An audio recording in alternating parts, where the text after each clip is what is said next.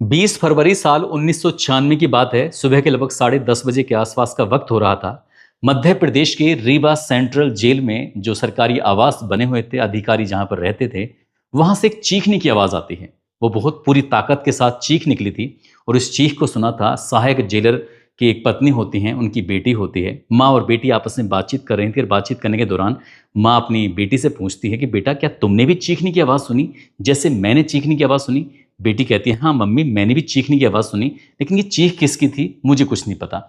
माँ और बेटी दोनों अपने क्वार्टर से बाहर निकलती हैं और क्वार्टर से बाहर निकलने के बाद जब वो गली में देखती हैं या आसपास जितने भी सरकारी क्वार्टर बने हुए थे ऑफिसरों के, उधर देखती हैं, लेकिन कहीं से कोई मूवमेंट नहीं था, कहीं से कोई हलचल नहीं थी। हालांकि इस बीच में एक कुत्ता जरूर भौंका था, लेकिन वो कुत्ता भौंकने के बाद वो भी एकदम से शांत हो जाता है।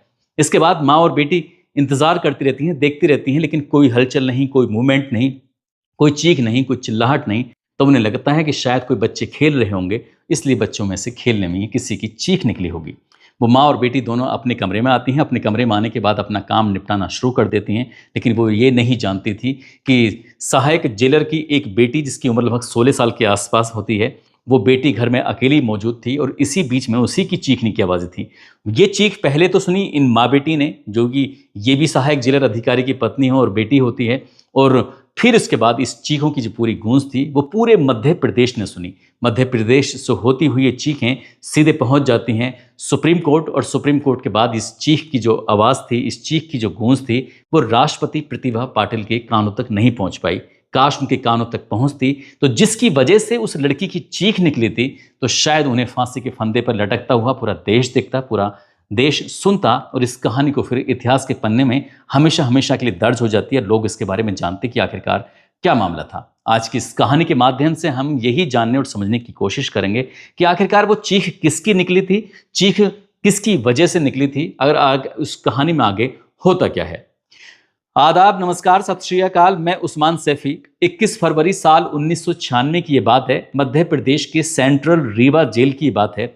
वहां पर रीवा सेंट्रल जेल में जो आवासीय परिसर बने हैं, आवास बने हुए हैं सरकारी अधिकारियों के, तो ये सहायक जेल अधिकारी होते हैं। हम उनका नाम, उनका पता, उनके बारे में पूरी डिटेल में तो नहीं बताएंगे, लेकिन जो सहायक जेल अधिकारी होते हैं तो उन्होंने अपनी गाय को चारा डालने के लिए जैसे सुबह सुबह उठते हैं, तो उठने के बाद वो अपने घर के, अपने क्वार्टर के ठीक पीछे जाते हैं, जहां उन्होंने एक पशुशाला बनाई हुई थी। उस पशुशाला में वो गाय पालते थे, गाय का दूध पीते थे, और इसीलिए उन्होंने अपने यहाँ पर पशुशाला बनाई हुई थी।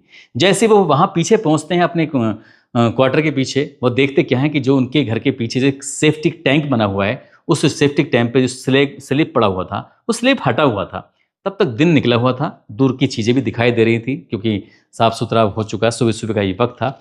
उन्होंने जो सेफ्टिक टैंक में झांकने की कोशिश की, वो देखते क्या है कि उनकी ही बेटी का एक नीले रंग का फ्रॉक था, जो उस सेफ्टिक टैंक में आराम से तैर रहा था। इसी बीच में वो एकदम से घबरा जाते हैं, सोचने पर मजबूर हो जाते हैं कि आखिरकार करें तो क्या करें।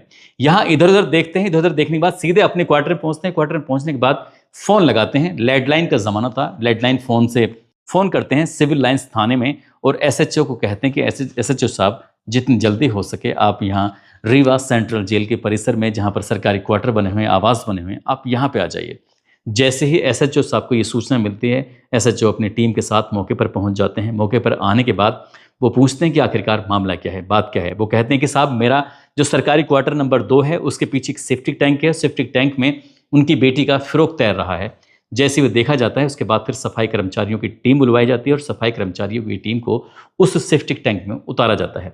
इसके बाद वो फ्रॉक भी निकाला जाता है। फ्रॉक के साथ साथ देखा जाता है कि जो सहायक जेलर होता है, उसकी बेटी होती है, उसकी बेटी की लाश उसके अंदर ही पड़ी हुई थी। उस लाश को बाहर निकाला जाता है, और जैसे ही लाश को बाहर निकाला जा रहा था, तभी बेटी के पैर में बेटी की साइकिल अटक जाती है। वो भी साइकिल उसी सेफ्टिक टैंक में पड़ी हुई थी। इसके बाद फिर उस लाश को निकाला जाता है, साइकिल निकाली जाती है, और साइकिल निकालने के बाद इस मामले की फिर पुलिस प्रशासन जांच पड़ताल में जुट जाता है।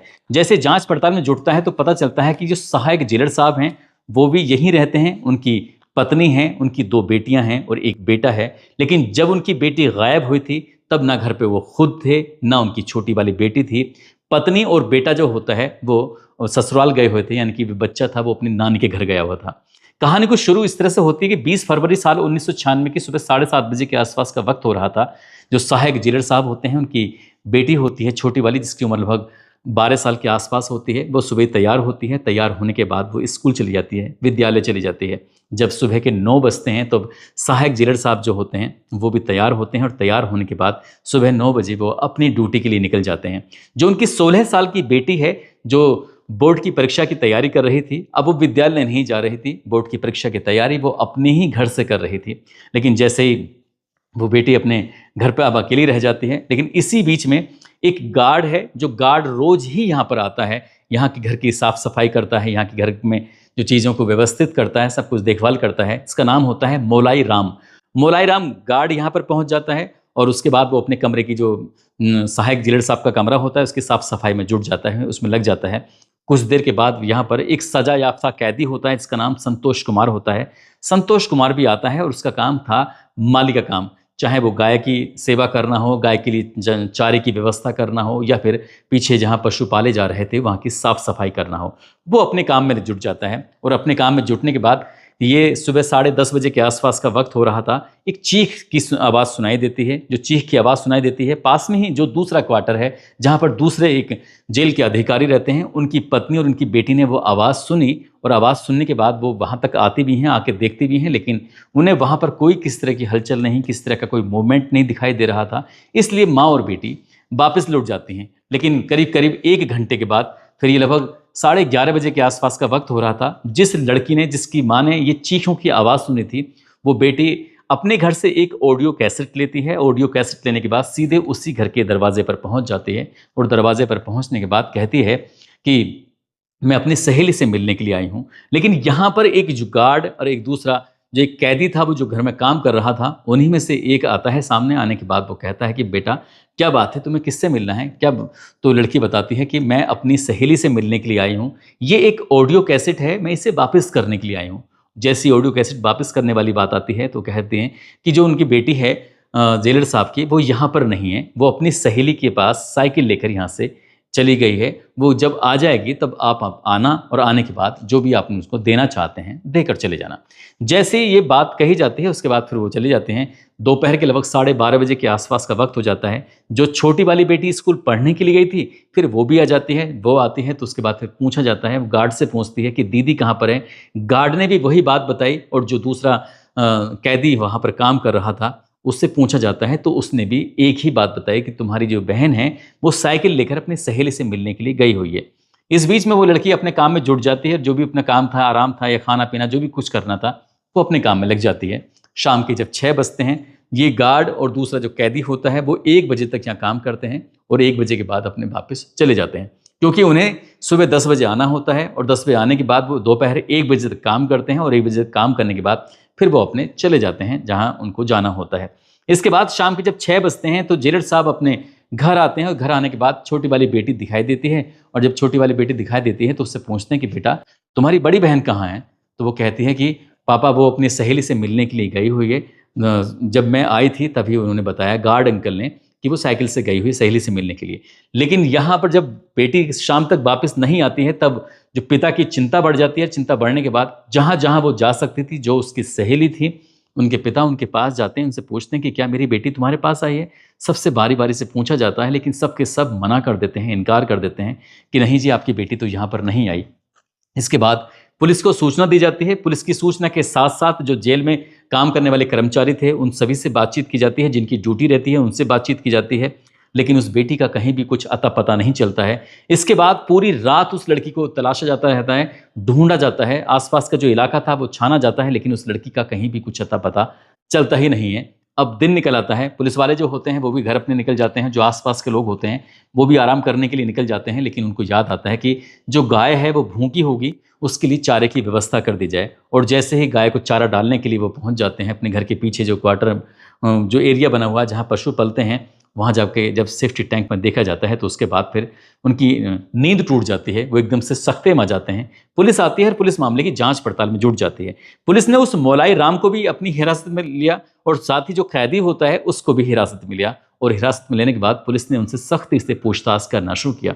जब पुलिस उनसे सख्ती से पूछताछ कर रही थी, पूछताछ करने के बाद उन्होंने कुछ ऐसी चीज़ें इकट्ठी कराई, जैसे कि तौलिया थी, रुमाल था, अंडरवियर मिल जाता है और खादी के कपड़े होते हैं वो मिलते हैं जो जेलर साहब होते हैं उनके घर में ही, और जो घर में वहाँ रखे गए थे जहाँ पर पशु का चारा रखा जाता था, जब उनकी निशानदेही के आधार पर मिल जाता है। इसके बाद पुलिस ने बारीकी से यानी कि फोरेंसिक टीम की मदद से जब देखना शुरू किया है, पड़ताल करना शुरू किया है, जो जेलर साहब का रूम था उसमें एक बेड होता है, बेड के अंदर एक मनुष्य इनके इंसान के सीमन भी मिल जाते हैं और इंसान का ही वहाँ पर ब्लड भी पड़ा हुआ था। इसके बाद एक एक कड़ी को जोड़ना शुरू कर दिया जाता है, और जब एक एक कड़ी को जोड़ा जा रहा था तो पता चल जाता है कि इन दोनों ने आरोपियों ने मिलके, ये गार्ड ने और दूसरा उस कैदी ने मिलके इस लड़की के साथ सामूहिक बलात्कार किया था, उसके साथ गंदा काम किया था। और जब उन्हें ये एहसास हो गया कि ये बात खुल जाएगी, तब उन्होंने उस लड़की का गला घोंटा। गला घोंटने के बाद उसकी हत्या कर देते हैं। हत्या करने के बाद उसकी लाश को वहाँ से बाहर लेके जाने की कोई संभावना ही नहीं थी, क्योंकि वो जो क्वार्टर बने हुए थे वो जेल परिसर के अंदर बने हुए थे। उस लाश को छुपा पाना बहुत ही मुश्किल काम था।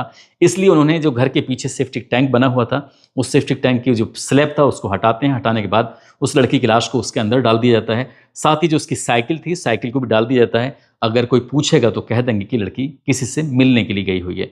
जब उन दोनों की निशानदेही के आधार पर पुलिस ने इस मामले की जांच पड़ताल करने के बाद इस मामले की चार्जशीट लगाई जाती है, और चार्जशीट लगाने के बाद ये मामला निचली अदालत में पहुंचता है। तो ये तारीख आती है 18 फरवरी साल 1997 में। इन दोनों आरोपियों को फांसी की सज़ा सुनाई जाती है, क्योंकि इस केस को बहुत ही हीनियस माना गया था, गंभीर माना गया था, और इस केस की गूंज उन दोनों पूरे मध्य प्रदेश में सुनाई दी थी। हर व्यक्ति ने इस बारे में बातचीत की थी, घर घर में इस बात की चर्चा हो रही थी कि जेल परिसर के अंदर एक बड़े अधिकारी हैं, बड़े अधिकारी की बेटी के साथ उनके नौकर ने और एक कैदी ने इस तरह की हरकत की थी। जब ये बात लोगों को पता चलती है कि जो कैदी होता है उसने एक महिला का अपहरण किया था, और अपहरण करने के बाद उसने उसका बलात्कार भी किया था, उसके बाद वो लगभग 7 साल की सजा काटने के लिए इस रीवा की सेंट्रल जेल में आया हुआ था। उसके बाद भी लोगों को बड़ा आश्चर्य हो रहा था, एहसास हो रहा था कि आखिरकार माली वाला काम उस कैदी से कराने की क्या ज़रूरत थी। लेकिन अधिकारी कई बार इनका अपने किसी निजी कामों में इस्तेमाल कर लेते हैं, और निजी कामों में इस्तेमाल करने के साथ साथ